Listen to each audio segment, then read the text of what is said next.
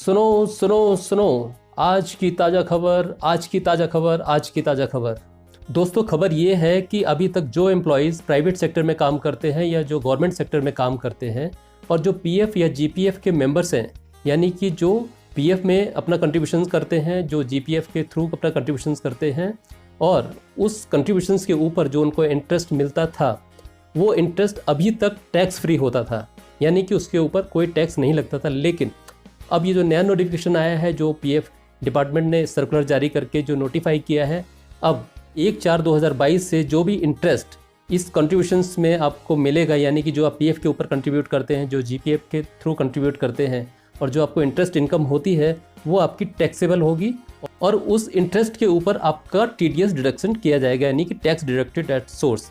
चलिए बात करते हैं आज इस नोटिफिकेशंस के बारे में, पीएफ के नए अमेंडमेंट के बारे में, इसका इम्पैक्ट क्या है, ये कब से इफेक्टिव होगा, किस किस लोगों के ऊपर इफेक्टिव होगा। चलिए देखते हैं आज के इस वीडियो में।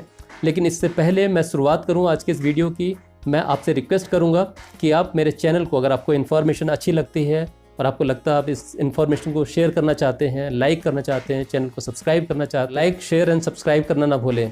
और दोस्तों, एक रिक्वेस्ट है आपसे, जब आप सब्सक्राइब करते हैं तो एक बेल आइकन होता है जो राइट साइड में आपको दिखाई देगा चैनल के ऊपर, आप उसको प्रेस कर सकते हैं। चलिए शुरुआत करते हैं आज के इस वीडियो की। Welcome back to my YouTube channel let's connect with Sanjay. मैं स्वागत करता हूं आपका अपने इस यूट्यूब चैनल में कि ministry of finance, department of revenue एक नोटिफिकेशन जारी किया है 31 अगस्त 2021 को और नोटिफिकेशन नंबर है 604E।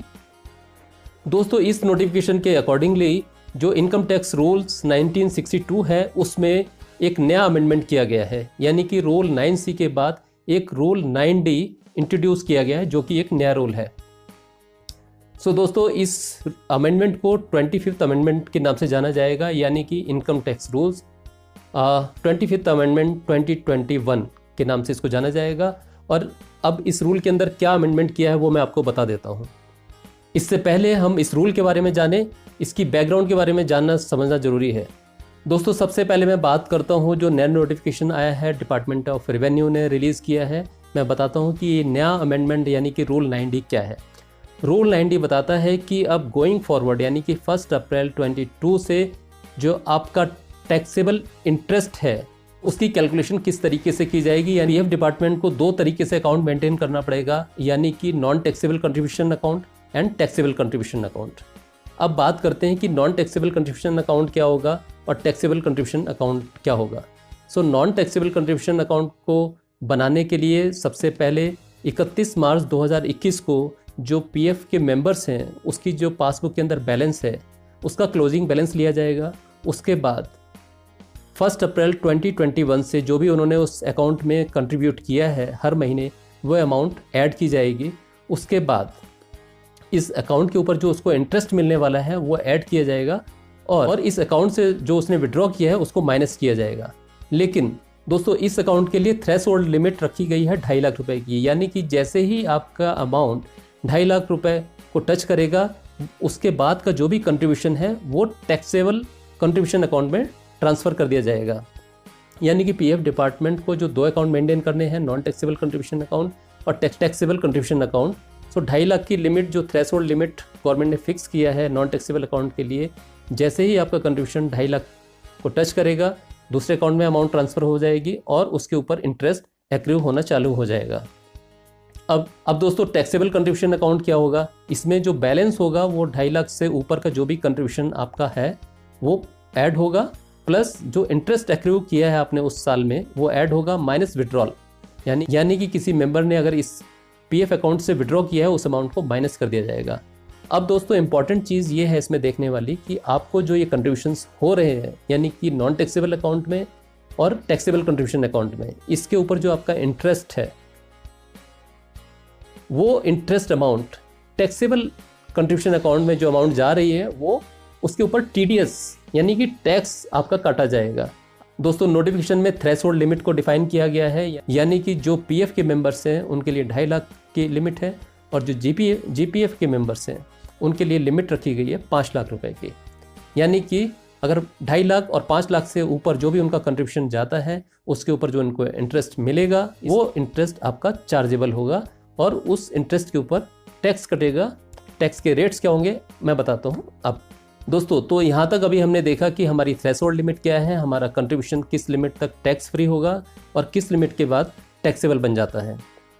इसके बाद अगर हम टैक्स की बात करें यानी टीडीएस की बात करें तो टीडीएस का रेट होगा। दोस्तों अगर आपका पीएफ अकाउंट पैन के साथ लिंक है, यानी कि आपका पैन नंबर पीएफ के साथ लिंक है या जीपीएफ अकाउंट के साथ आपका पैन नंबर लिंक है, तब आपका टीडीएस रेट होगा 10%। और अगर आपका पैन इस अकाउंट के साथ लिंक नहीं है तब आपके डबल रेट से यानी कि 20% के हिसाब से टीडीएस काटा जाएगा।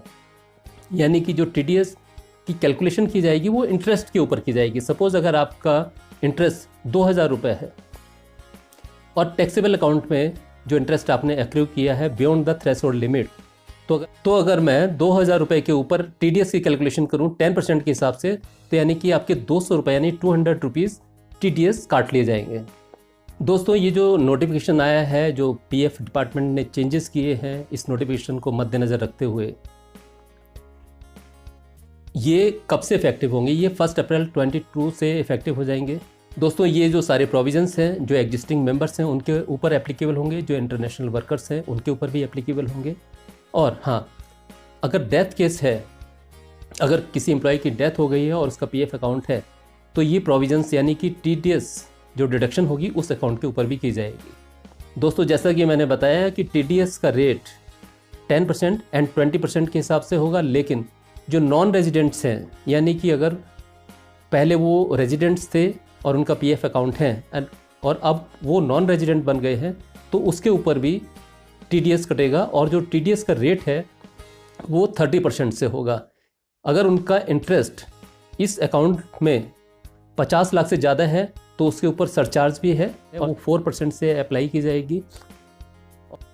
दोस्तों ये सारे प्रोविजंस जो एग्जेम्प्टेड इस्टेब्लिशमेंट्स हैं उनके ऊपर भी एप्लीकेबल होंगे, जो एग्जेम्प्टेड ट्रस्ट हैं उनके ऊपर भी एप्लीकेबल होंगे। यानी कि एक कंट्रीब्यूशन हम पीएफ डिपार्टमेंट को देते हैं जो गवर्नमेंट मैनेज करती है, लेकिन कुछ एम्प्लॉयर अपना एक सेपरेट ट्रस्ट मेंटेन करते हैं जो पीएफ कंट्रीब्यूशन ज़्यादा है उसमें एक ट्रस्ट के थ्रू मैनेज करते हैं, उसके ऊपर भी एप्लीकेबल होंगे। अब दोस्तों बात करते हैं कि टीडीएस किस सिचुएशन में काटा जाएगा। यानी कि गवर्नमेंट ने ये तो बताया कि टीडीएस कटेगा, लेकिन किस सिचुएशन में कटेगा? यानी कि गवर्नमेंट ने जो अपने पास कंट्रीब्यूशन रखा हुआ है उस पर तो वो काट सकते हैं, लेकिन अगर आपका ट्रस्ट है, अगर आपके एग्जेम्प्टेड इस्टेब्लिशमेंट्स हैं जहाँ पर आपका कंट्रीब्यूशन ज़्यादा है, तो गवर्नमेंट ने उसके लिए भी गाइडलाइंस दी हैं, यानी कि किस तरीके से ये टीडीएस की डिडक्शन की जाएगी। दोस्तों टीडीएस की डिडक्शन की जाएगी जब गवर्नमेंट उस अमाउंट के ऊपर इंटरेस्ट क्रेडिट करती है आपके अकाउंट में, उस समय वो डिडक्शन करेंगे। या फिर अगर आपने अपने अकाउंट को ट्रांसफ़र कराया है या सेटल कराया है, तो दोनों में जो सिचुएशन बनती है, दोनों में जो भी सबसे बाद में होगा उस सिचुएशन में उसके ऊपर टीडीएस की डिडक्शन की जाएगी। दोस्तों उम्मीद करता हूँ आपको जो मैं जानकारी दे रहा हूँ आपके लिए काफ़ी इन्फॉर्मेटिव रही होगी। और अगर आपको इससे जुड़े हुए कुछ सवाल हैं, कुछ क्वेश्चंस हैं आपके माइंड में आते हैं, कुछ क्वेरीज हैं, तो आप अपने क्वेश्चंस मुझे कमेंट सेक्शन में पूछ सकते हैं। मैं कोशिश करूँगा उनको आंसर करने के लिए। दोस्तों एक बार मैं फिर आपसे रिक्वेस्ट करूँगा कि अगर आपको इन्फॉर्मेशन अच्छी लगी है तो चैनल को सब्सक्राइब करना ना भूलें और बेल आइकन को प्रेस करना ना भूलें। अगले एपिसोड, अगले वीडियो में मैं फिर आपके सामने हाजिर होऊंगा एक नई इन्फॉर्मेशन के साथ। तब तक के लिए दीजिए मुझे इजाज़त। Thank you very much and thank you for your time. Thank you, bye bye.